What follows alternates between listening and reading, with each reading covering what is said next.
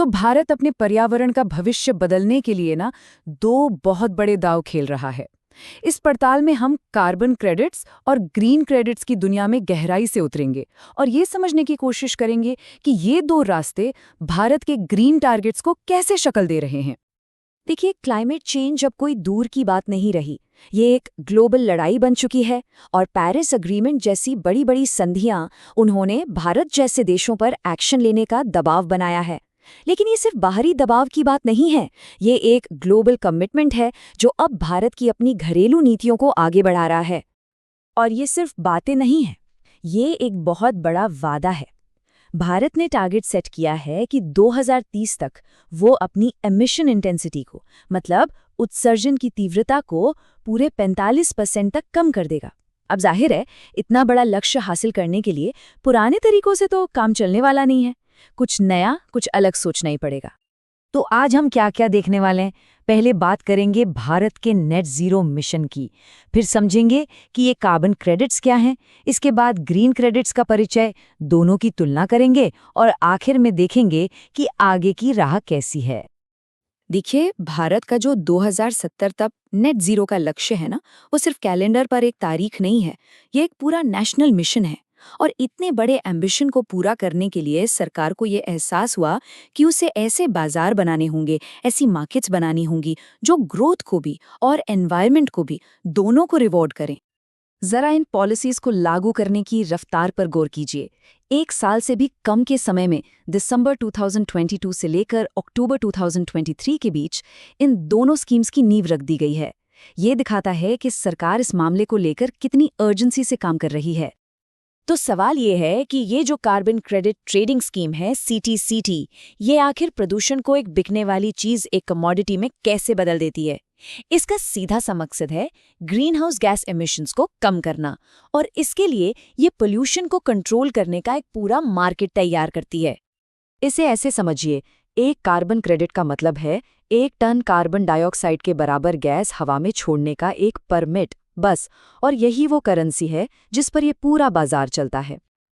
अच्छा, तो ये काम कैसे करता है? चलिए एक उदाहरण से समझते हैं। मान लीजिए सरकार ने हर इंडस्ट्री के लिए एक पोल्यूशन बजट तय कर दिया है। अब अगर कोई कंपनी अपने बजट से कम पोल्यूशन करती है, तो उसके पास जो कोटा बच गया उसे वो कार्बन क्रेडिट के तौर पर बेच सकती है।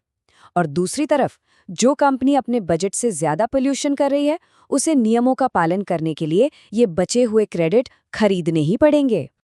और हाँ, ये सिस्टम बिल्कुल जीरो से शुरू नहीं हो रहा है। ये पहले से चल रही परफॉर्म, अचीव एंड ट्रेड यानी पीएटी स्कीम पर ही बनाया गया है, जिसने पहले ही बड़ी बड़ी इंडस्ट्रीज को ज्यादा एनर्जी एफिशिएंट बनने के लिए प्रोत्साहित किया है। तो इससे एक स्मूथ ट्रांजिशन के लिए स्टेज पहले से ही सेट है। शुरुआत में ये स्कीम एल्यूमिनियम, सीमेंट और स्टील जैसे 9 बड़े इंडस्ट्रियल सेक्टर्स पर फोकस करेगी। अब ये जो सेक्टर्स हैं, ये इंडियन इकोनॉमी के कुछ सबसे बड़े खिलाड़ी हैं, तो जाहिर है कि स्कीम का असर शुरू से ही काफी बड़ा होगा।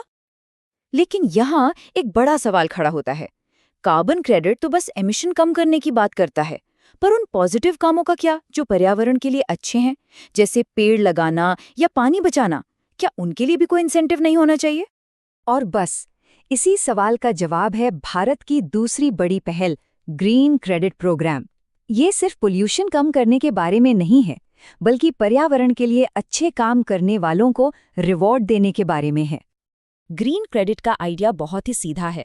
अगर कोई भी ऐसा काम करता है जिससे एनवायरनमेंट को फायदा हो, तो उसे इसके लिए इनाम मिलना चाहिए। ये एक बहुत बड़ा नजरिया है जिसका मकसद एनवायरमेंटल प्रोटेक्शन को सिर्फ इंडस्ट्रीज तक सीमित ना रखकर सबके लिए एक आंदोलन बनाना है। और इसका दायरा सच में बहुत बड़ा है। हम बात कर रहे हैं 8 अलग अलग एक्टिविटीज की। इसमें पेड़ लगाने और वाटर हार्वेस्टिंग से लेकर सस्टेनेबल एग्रीकल्चर और वेस्ट मैनेजमेंट तक सब कुछ शामिल है। और ये बात एक असली गेम चेंजर है। कार्बन क्रेडिट स्कीम की तरह नहीं, जो सिर्फ कुछ इंडस्ट्रीज पर लागू होती है। ये ग्रीन क्रेडिट प्रोग्राम सबके लिए खुला है। कोई अकेला इंसान हो, कोई कम्युनिटी हो या कोई कंपनी, कोई भी इसमें हिस्सा ले सकता है और अपने अच्छे कामों के लिए क्रेडिट कमा सकता है। तो अब हमारे पास 2 अलग अलग रास्ते हैं, कार्बन क्रेडिट्स और ग्रीन क्रेडिट्स, और दोनों का लक्ष्य एक जैसा है। तो चलिए अब जरा आमने सामने रखकर देखते हैं कि इनमें फर्क क्या है। तो देखिए, जो सबसे बड़ा फर्क है वो ये है, सीसीटीएस का फोकस है पोल्यूशन कम करना, और ये जरूरी है, यानी मैंडेटरी। वहीं जीसीपी का फोकस है अच्छे कामों को रिवॉर्ड देना, और ये अपनी मर्जी पर है, यानी वॉलंटरी। इसे ऐसे भी कह सकते हैं कि एक तरफ छड़ी है तो दूसरी तरफ गाजर। लेकिन एक मिनट, क्या ये दोनों हमेशा अलग अलग ही काम करते हैं? जरूरी नहीं है। सोचिए, एक ही एक्टिविटी जैसे कि बहुत बड़े पैमाने पर पेड़ लगाना दोनों तरह के क्रेडिट्स पैदा कर सकती हैं। उसे ग्रीन क्रेडिट मिलेगा क्योंकि यह पर्यावरण के लिए अच्छा काम है, और उसे कार्बन क्रेडिट भी मिल सकता है क्योंकि पेड़ हवा से CO2 सोखते हैं।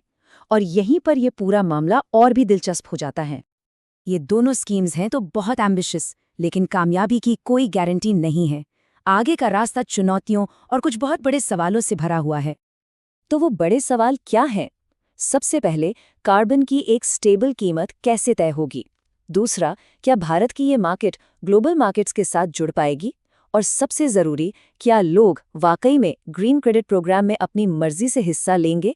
ये कुछ ऐसे सवाल हैं जिनका जवाब मिलना बहुत ज़रूरी है।